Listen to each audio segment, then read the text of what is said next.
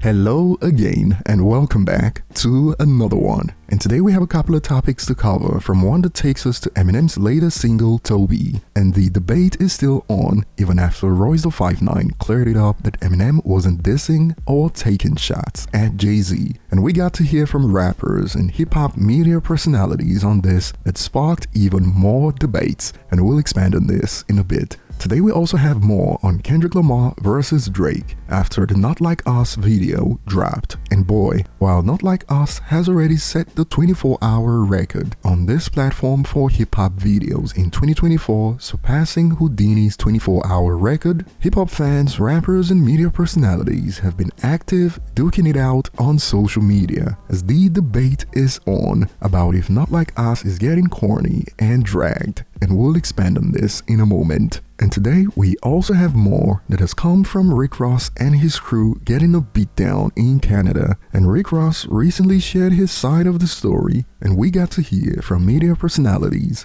like Joe Budden and Justin Hunt, who have both taken positions at extreme ends of the spectrum. And to be fair, even as biased as Joe Budden has been through all of this, he was actually spitting some facts about Rick Ross, which we'll get to later. And starting with Not Like Us, the music video has sparked heated debates, as while even Drake's unofficial speaker has claimed first music video people have cared about in a while. Good job, Kendrick Lamar. Other Drake fans have accused Kendrick of milking the situation, which is ironic, seeing as weeks ago Drake was the one calling on Kendrick when he rapped that Kendrick is trying to let the situation die before Kendrick dropped Euphoria. However, from the Say Less podcast, this was debated, and if this is getting corny at this point, check out a snippet. Concert would be like the crescendo of it, and then afterwards it falls into the danger zone of it starting to become corny. And I think we're getting there. No, we're not. I think we're pretty close to it getting corny. How further can we go up with this? Bro, like, why do y'all want to see this record like this? You tell me why the song will still get bigger after this. College band work. Okay. The remix that is potentially Wait till rumored to be homecoming out there. season. Like, And y'all still gonna be hyped for it by homecoming season? Yes. By October? What? you want the shelf life to begin now. That's not what I'm saying. That's man. you've I'm been just saying, you've been saying I'm that for the what's last been couple of obvious. weeks. Like, oh, it's getting corny. We gotta get over this shit. Let's- What I'm saying is, when you start hearing like Kamala Harris like using it, even like the Taraji P. Henson, you thought that was cool? Like you like that? Bro, the Taraji performance? They're gonna use that. But did you think that was cool? I didn't care for it, Cass. Did you think it was cool? I didn't care Answer for the it. question. I'm answering your question. I'm gonna run from now until fucking January, February. That's just something you gotta deal with. However, this lengthy response went viral. People have let the streaming era and microwave era dictate to their brains that a song shouldn't last longer than a hot second anymore. I remember Bad Boy and Rockefeller and Snoop had songs rocking for entire years, entire seasons. Nowadays, if a hit song that just came out 2 to 3 months ago is still rocking beyond that point, y'all say, okay man, it is getting corny. It ain't your fault though. This instant gratification era we are in has influenced y'all and ruined y'all attention spans. The Not Like Us hype isn't hype at all. It isn't doctored. It isn't fake. It isn't some record label strategic marketing ploy or manipulation tactic. It is just a great song that the majority loves. So I hate to be the bearer of bad news for y'all, but this song ain't dying off no time soon. And this is interesting because even some reported Kendrick Lamar fans are already getting burnt out. This blew up, for instance, on Twitter. Turn the goddamn song off, bro. It is this probably has to be the most overplayed song in the history of music, bro. And then Kendrick, man, why you want to put a music video out this late, bro? You could have put that video out weeks, months ago, bro. It's like you trying to milk this till you cannot milk it anymore, bro. Go make a new song, go make a new album, perform something else. This shit is ridiculous. Turn Not Like Us the fuck off, bro. Every fucking video y'all put on here, all these commercials, and then y'all got a white people version. The Drake, you are like, turn the goddamn song off. The song is not this good to be playing 50 billion times a day. It's ridiculous, man. There's plenty of other up and coming artists that y'all could be spinning and giving spins. There's plenty of slept on songs that could be getting played. Oh my God, bro. This song is driving me absolutely fucking insane, man. I am so goddamn tired of that stupid ass beat, man. Turn Not Like Us the fuck off and play something else, everybody. My goodness.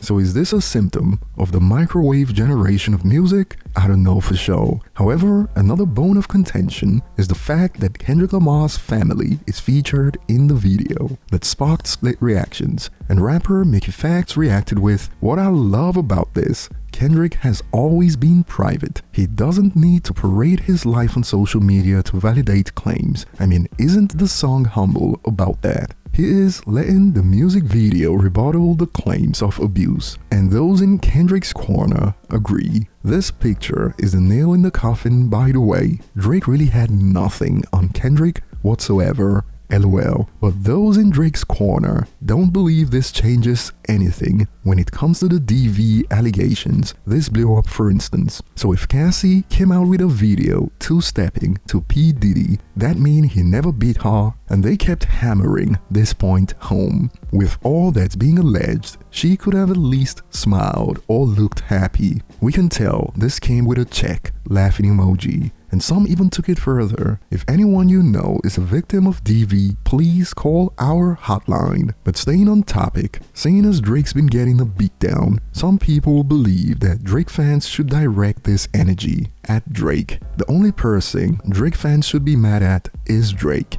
He made y'all think bars about height and small feet would be enough to win the biggest battle in hip-hop history. Kendrick out-rapped him, outsmarted him, outlied him, and outright beat him at his own game. And on this note, Drake legit left his fans for dead. LOL. Dude just stopped everything and just getting whacked over the head over and over. Couldn't be me. I would have put out a few more records after Hard Part 6, but all in all, Drake fans had it easy compared to J. Cole fans, seeing as they went to war for him only for J. Cole to fold right when they were still debating that To Pimp a Butterfly isn't a classic. He literally made his own fans eat crow and humble pie all at once when the world was watching, but even some Drake fans are losing hope. This went viral. The way Drake was moving during the Kendrick beef legitimately ruined his music for me. I never thought I'd caught Nothing Was the Same off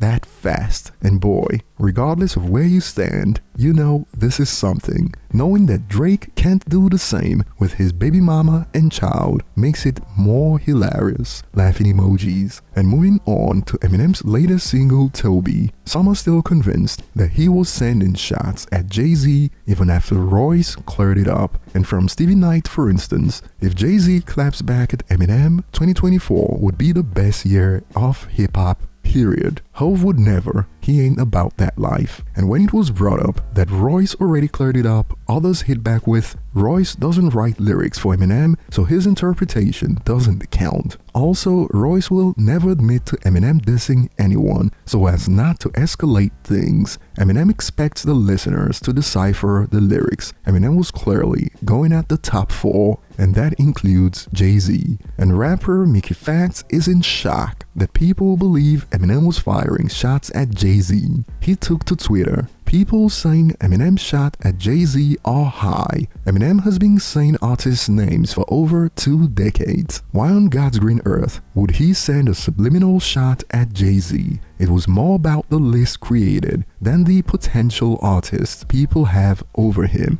Come on, people. And it is wild what some people took away from Mickey Factz' tweet, as this was met with his said pop stars and Benzino's name and Nick Cannon. M has never been the boogeyman. And these hip-hop heads, man, Eminem has sent shots at no one of the caliber of Jay. He's been sparring with lesser talent, to which a user responded, does he need to send shots when he simply out-raps them? And the better question is, why didn't rappers of Jay's caliber send shots at Eminem? I mean, even to this day, Eminem remains at the top. Why is the onus on Eminem when he's been at the top for so long. Funny how the conversation changed to put down Eminem. And remember, they continue to act like the pioneer didn't just back down a few months ago. The same pioneer that they thought Eminem wouldn't call out. Eminem also did the same with Snoop. But yeah, remember, Eminem only comes for pop stars. And while this is on,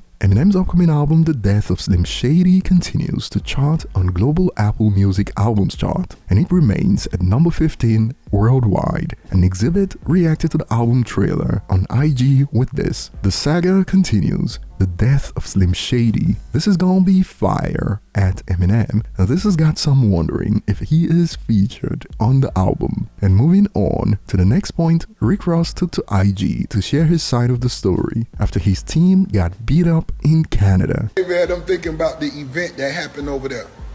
Let me tell you something. When the first dude stepped up to Rose, the little short fat one that looked like Bam Bam Bigelow from wrestling, when he stepped up, and then I squat down in his eyes and told him what I said. Basically, boy, if I hit you, I'ma see everything you ate for the last 2 days. His balls dropped out of his ass. He never said another word. He never did nothing. He was a straight buster. Then the nigga behind him said, "I know MMA." And then I got hit with a drink. I'm still convinced ain't no nigga punched me. Somebody said, "Rose, the nigga tried to punch you. He hit you." I say, nah. He had to throw a drink, because throwing a drink would have been way more disrespectful than screaming, "I know MMA!" Man. And before we get to Joe Budden's take on this, Justin Hunt believes Drake should be held accountable for liking the post of Rick Ross and crew getting beat up. Straight up though, I need people to be louder about Drake co-signing the Hells Angels, freaking Aryan Nation affiliates, beating up Rick Ross, his security, his DJ, while dropping dude all over the place. He is literally inciting violence on all levels and reveling in it. F him. As a people and culture, we have a responsibility to repel that type of weaponized hate. I'ma address that ish. And in response to a post comparing Drake to Elvis, he added, "Drake is worse than Elvis because he gets to say dude." However, just like we pointed out in a previous video, since clearly Rick Ross was also responsible for instigating, Joe Budden went off on Rick Ross for putting his team in harm's way by acting irresponsible in a foreign country. Check out a snippet from the Joe Budden podcast. I understand all of that. He shouldn't have fucking been there. That's it. The security tell me he shouldn't have been there. Nothing about what was on that video say Rick Ross should have been here doing this right now. So cool. Normally. You didn't get paid. Stars don't move that way. You didn't get paid $1.50, and you are here having a face-off with 50 people, with the Vancouver people. That didn't happen. It can't happen if you paid a certain amount. So fine. Let's say you forgot that you made Stay Scheming. Let's say that you just forgot, and you've been walking off to Not Like Us. Hey, play it. I've been irking this nigga. I want to irk him some more. Play it. Somebody in your camp got to know that this is not the place to do that, one. And two, don't hire security if you're going to look to jam them up. Yeah. Y'all doing that shit for the optics. And it could have been on the gram. Your job is to make sure if you hiring security, that means it was on your mind. It was on your mind. You being prepared for all variables. Don't do that. It's your job when you do that to ensure everyone gets home safely. It's your job. It's not security's job. You're not hiring security You're not to feel bulletproof. Right. The weirdest part is that you playing a song that's not even your song. You have a diss song that I think you could have probably still played, and it might have not had the effect of what. And the user added, he's not wrong. Ross, being a clout chaser, put his security and DJ in harm's way while he got out of the mix. And then he's laughing and joking about it after the fact. Guy is weird and irresponsible. That will be all for today. And at the time this was recorded, we were yet to get the music video for Toby, and I'll be looking forward to your thoughts in the comment section. Thanks for watching and see you on the next one.